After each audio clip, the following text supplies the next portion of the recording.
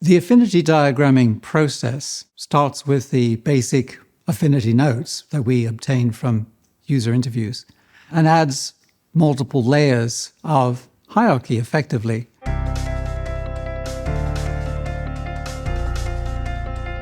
Karen Holtzblatt suggests 3. So you and your colleagues go through all the observations, all the affinity notes, group things that you think are related for whatever reason together, and then you would put a blue note on top of those to indicate that those are connected and try to describe again in the voice of the customer what that affinity is, why those particular things are similar. On top of that, you might repeat the process with pink, and those, not surprisingly, group together the blue themes. And then finally on top, you have a green layer. Now, the green layer may or may not be in the voice of the customer. But by that stage, you're actually quite happy just to summarize. But at the pink and blue layers, if you have both of those, it's not absolutely essential. It's important that you don't misrepresent the notes underneath. So summarizing is generally not a good idea at the lower levels. We actually need to be much more detailed in describing the notes underneath, as it were. If you're doing an affinity diagramming activity face-to-face, you'll be doing it in a large room, large enough to accommodate all the team members for the process.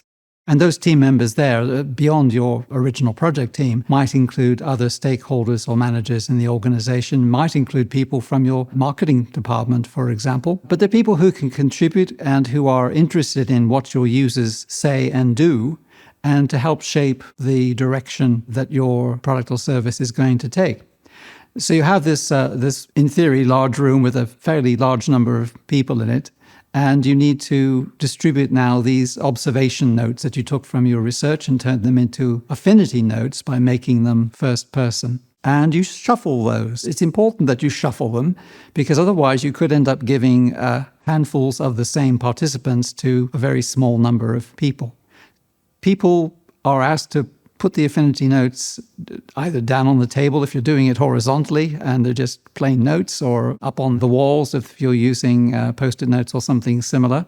And then you start to organize them and reorganize them and label them. Now, the curious thing is the choice of colors. It turns out that you can buy packs of Post-it notes from various manufacturers in these 4 colors, the yellow affinity notes, and then pink, blue, and green. So that's handy. I don't know whether that was behind Karen's original choice of colors for these things, but it's extremely convenient. You may end up doing this incrementally, so you might actually have several sessions. You would do that with new data when it arrives. And this is actually a recommended procedure, especially in new problem areas where you're not entirely sure what you're going to find out, but you might still have a lot of data. So you have an initial session, and then you add to it in a subsequent session.